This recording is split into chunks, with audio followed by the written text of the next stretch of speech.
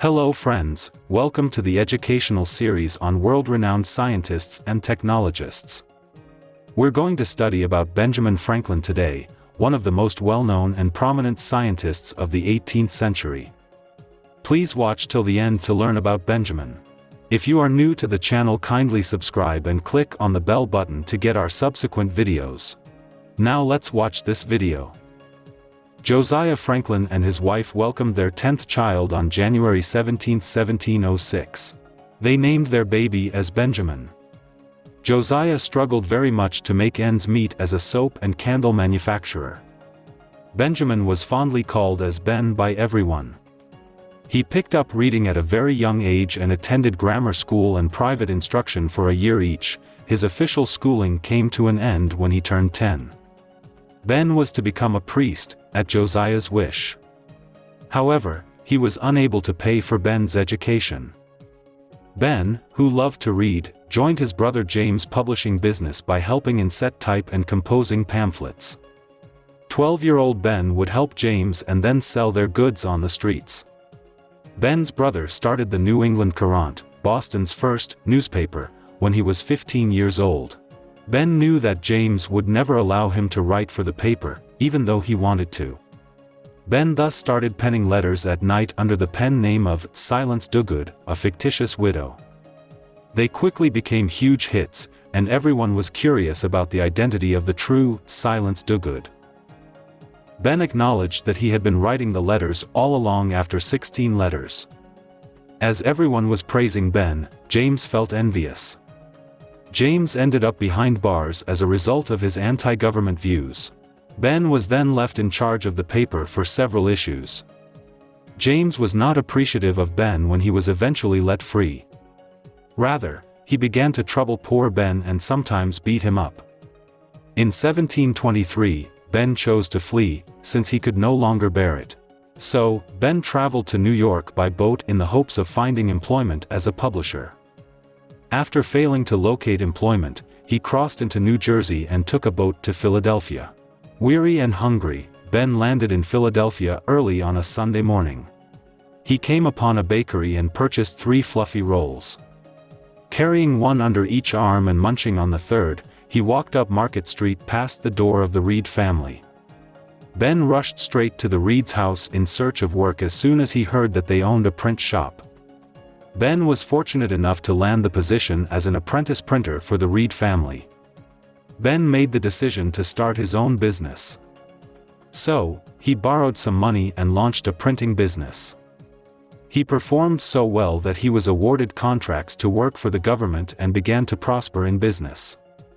In 1730, Ben married Deborah, one of the daughters of the man who employed Ben, and they started a very enterprising partnership. In addition to running a print shop, Ben and his wife also ran their own store. They sold everything from soap to fabric and ran a bookstore as well. Ben began releasing Poor Richard's Almanac in 1733. Ben used the name Richard Saunders to publish his writings once more. A poor man who was constantly in need of money to care for his complaining wife. Many of Ben's well-known sayings, like "a penny saved is a penny earned," are included in this almanac. Ben's next great achievement was to help launch the Library Company in 1731. It was America's first subscription library. He went on to launch the Philosophical Society and Pennsylvania Hospital. At this time, Ben developed a strong interest in science and technology. He was naturally curious about things and how they operated, which led him to look for ways to improve their functionality. Ben needed spectacles to read because of his bad vision. He resolved to find a solution to make his glasses allow him to see far and near. He was weary of taking them off and on all the time. He had half of each lens from 2 pairs of glasses chopped into one frame. That is how he came up with the renowned bifocal lens. Even though Ben was not a doctor, he was fascinated by the way the human body worked and looked for ways to help it work better. For example, Ben's older brother, John, had a kidney stone problem. Ben helped him feel better by developing the first flexible urinary catheter. Ben traveled a lot across the Atlantic Ocean. These long journeys gave him a lot of time to learn about ships and how they worked. Finally, he developed a way to make ships work better and more safely by inventing watertight bulkheads. Electricity was a novel and trendy topic in the 1740s. Ben started looking into electrical phenomena with his three pals. They carried out a number of groundbreaking electrical experiments in the summer of 1747. Ben corresponded with his buddy and colleague scientist Peter Collinson, noting all of his findings and suggestions for additional research. Ben became the first person to describe electricity using the terminology positive and negative in these letters. People believed that lightning was an indication of the god's wrath during Benjamin's period. Ben did not believe into this, like many other scientists. He was adamant about finding a way to demonstrate his belief that lightning was electricity. Ben also started to consider ways to shield people, buildings, and other structures from lightning. This developed into his lightning rod concept. Ben stated, "The electrical fire would, I think, be drawn out of the cloud silently before it could come near enough to strike," when describing the lightning rod in his own words.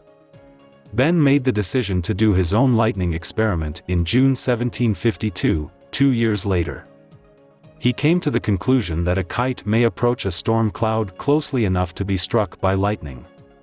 Ben made the decision to draw an electrical charge with a metal key.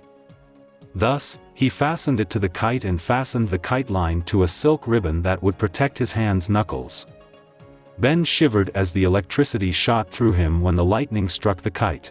Ben managed to survive this extremely risky experiment. Ben demonstrated that lightning was an electrical charge by obtaining the electrical charge from the atmosphere.